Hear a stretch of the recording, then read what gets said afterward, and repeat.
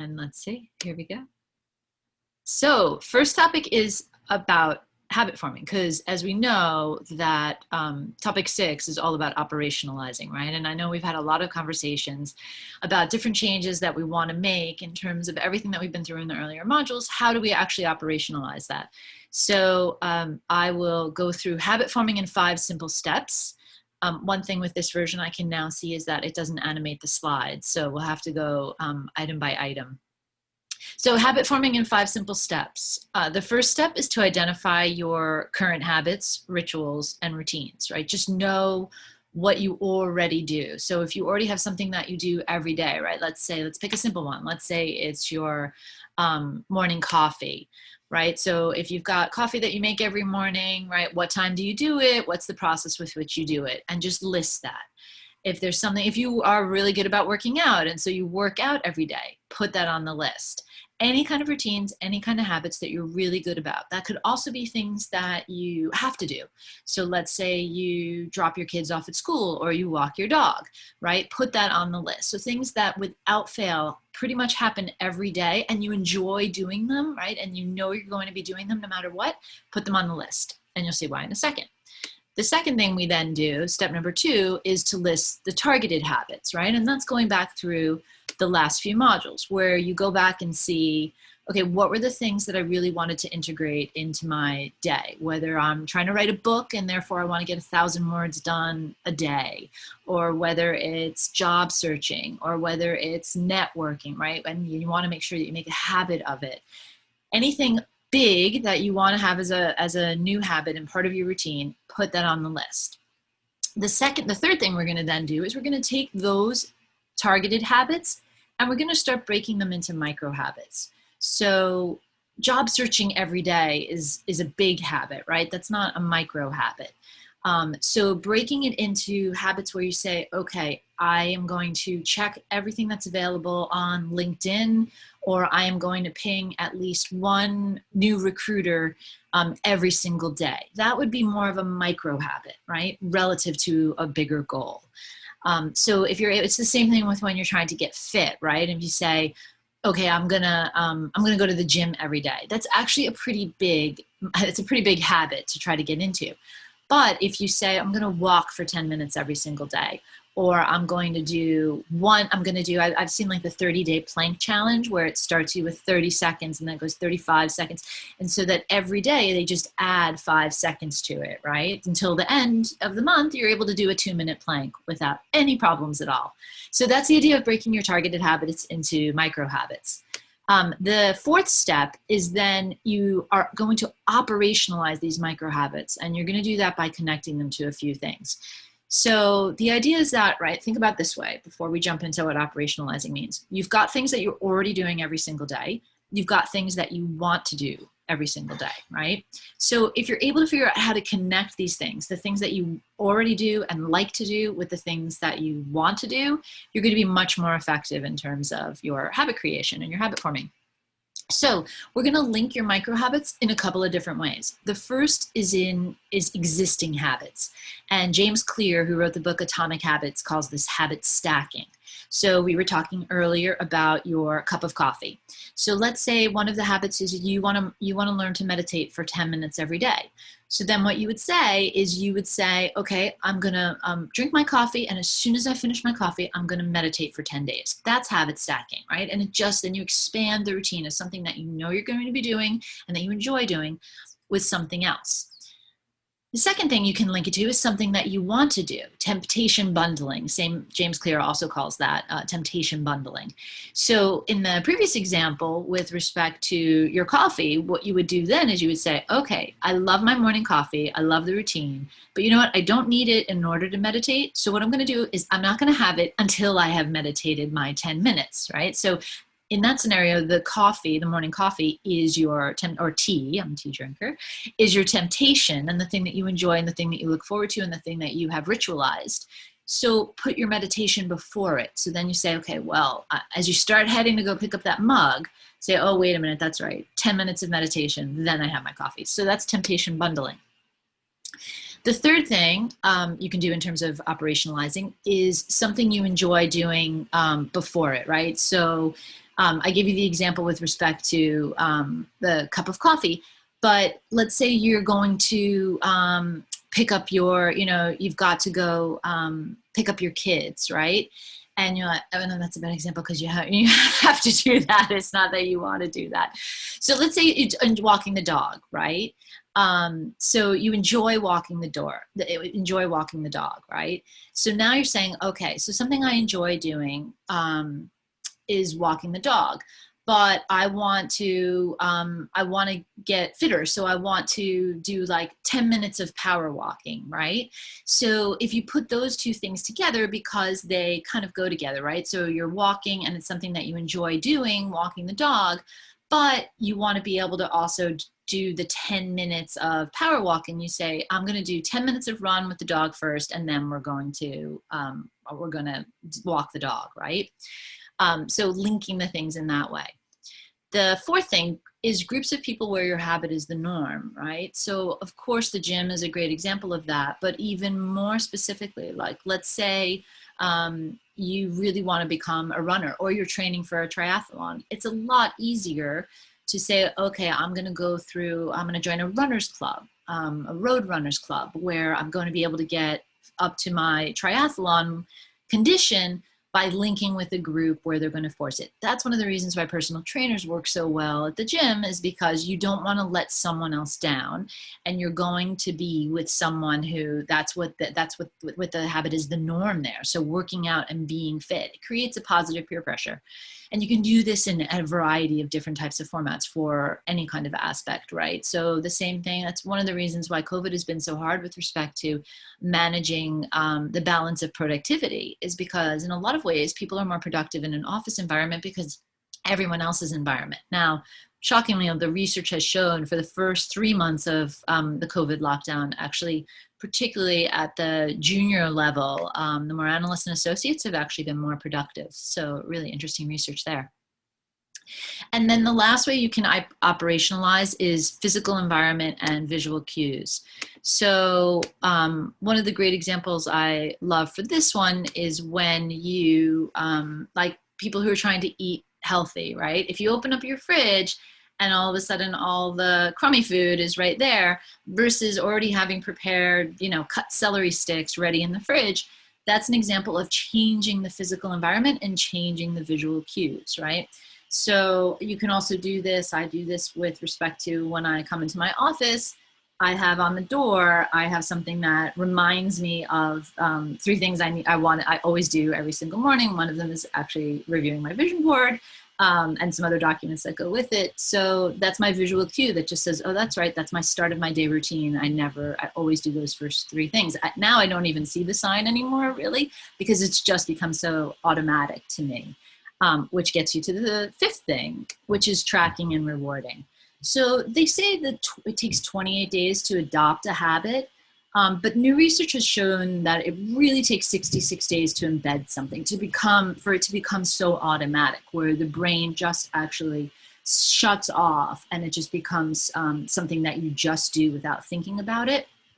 But one of the other things with respect to tracking it is also rewards, right? And you own you best in terms of how you motivate yourself for rewards. So the best way that you can figure out how to reward yourself, whether it's every single week for achieving something, whether you wait the 28 days, totally up to you, but having a reward system is actually the best way.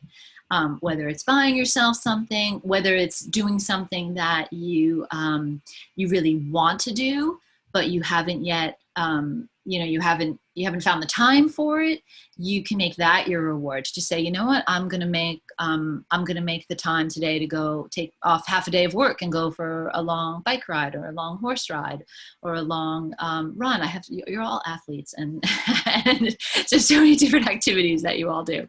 So okay, so that's tracking and rewarding, and I love there's so many different tracking and rewarding sheets that you can use. I use a really simple one. Actually, I've now updated this one. Mine's on the right with the little hearts, and I'll give you a copy of it. But now I do it with 28 days. This was 21 days.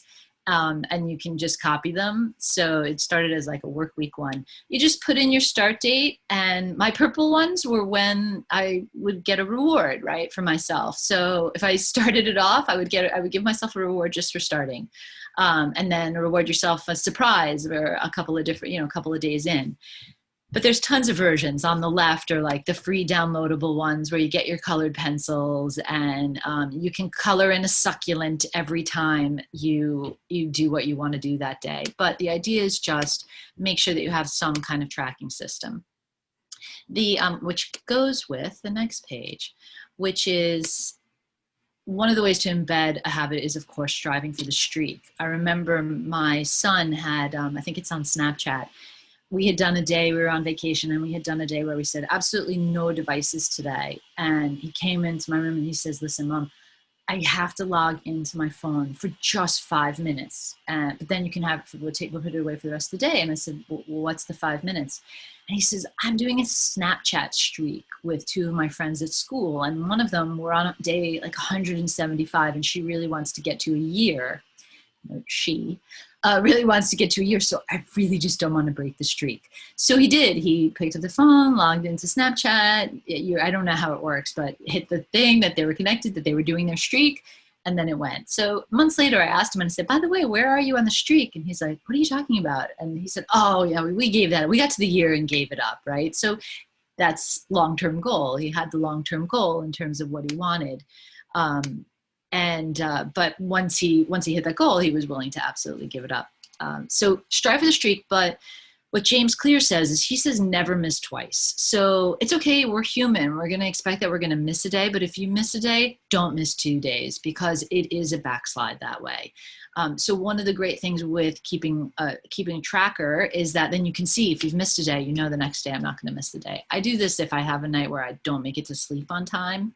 I'm always making sure that I'm checking on that, because I figure you don't want to miss your sleep time two nights in a row, right? You'll never make it up. You just end up exhausted for the rest of the week.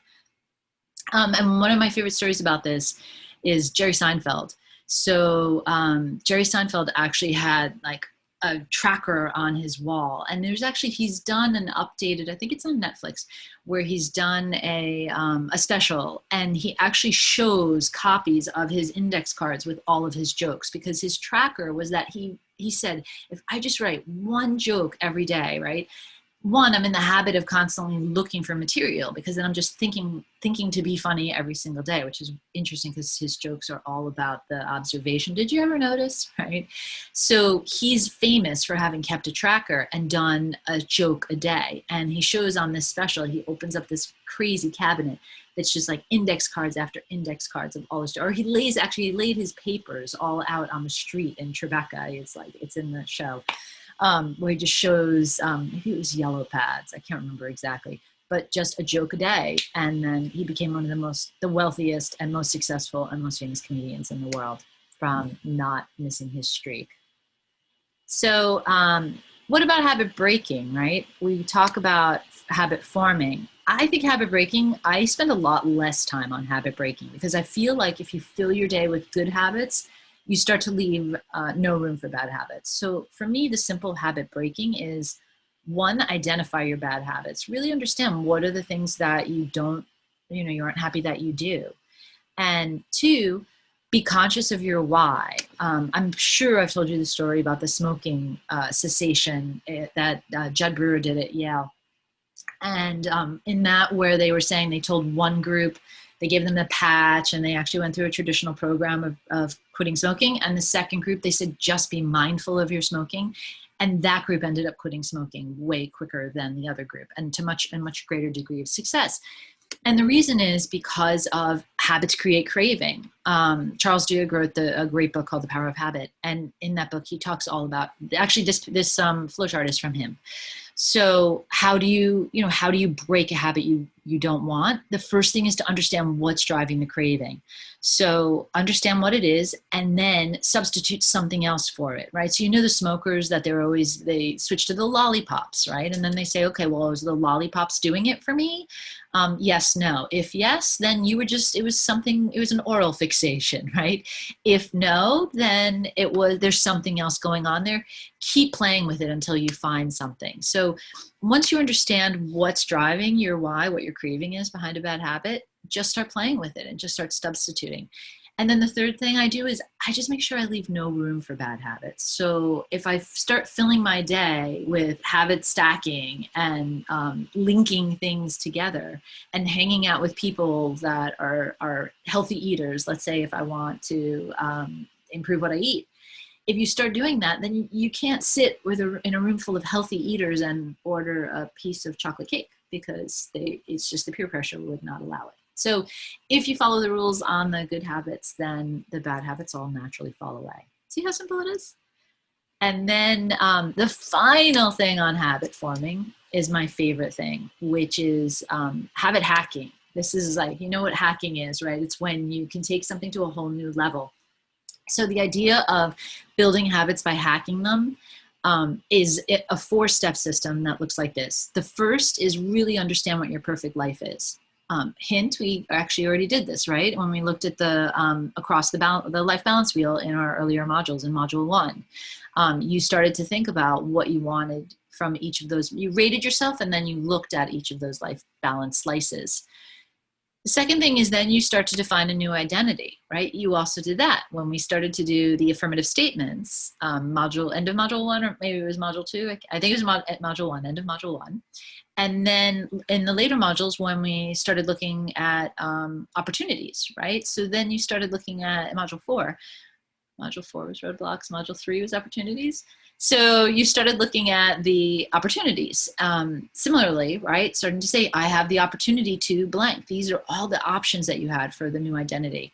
And then the third thing is you start to reprogram your belief system. So in roadblocks, you started looking at your inner voice. We had done inner voices, and then you started looking at your derailers and your structural blocks so that you were able to say, okay, well, what's holding me back from the identity that I'm trying to craft for myself?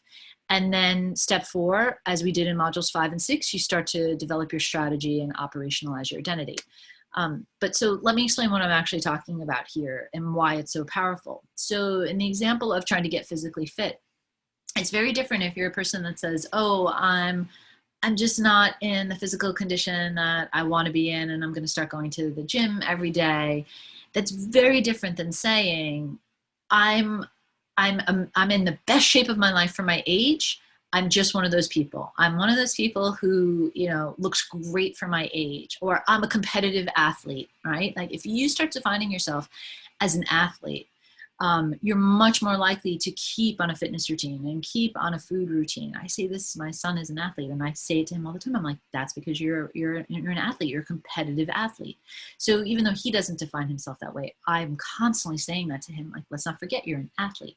Because when you start to create that kind of an identity, then what you bring with it is you bring everything that identity comes with it. So athletes eat well, right? And athletes exercise, and they're just naturally active. Athletes have good, strong mental game, right? So that would be something that goes with being an athlete. Similarly, you can do this from a career perspective. So you can say, I'm a successful, I'm a successful career woman that's capable of, like, that's just who I am. I'm just going to always be at the top of my game in terms of my career. Once you start to define yourself that way, it's okay to fall off the wagon and make mistakes and learn from them and all of that. But the whole idea is that once you create the identity for yourself, I'm a global thought leader, right? Then you start to act like that person, you start to behave like that person. And as we've learned in earlier modules, if you believe in this, the universe starts sending you things that go for that person, right? So a thought leader or an athlete, all of a sudden you start using different lenses in terms of how you're seeing the world. So that's why this habit hacking is so effective as you go through those 4 things. The second topic we were going to talk about was what I call the purpose fallacy. I've touched on it before.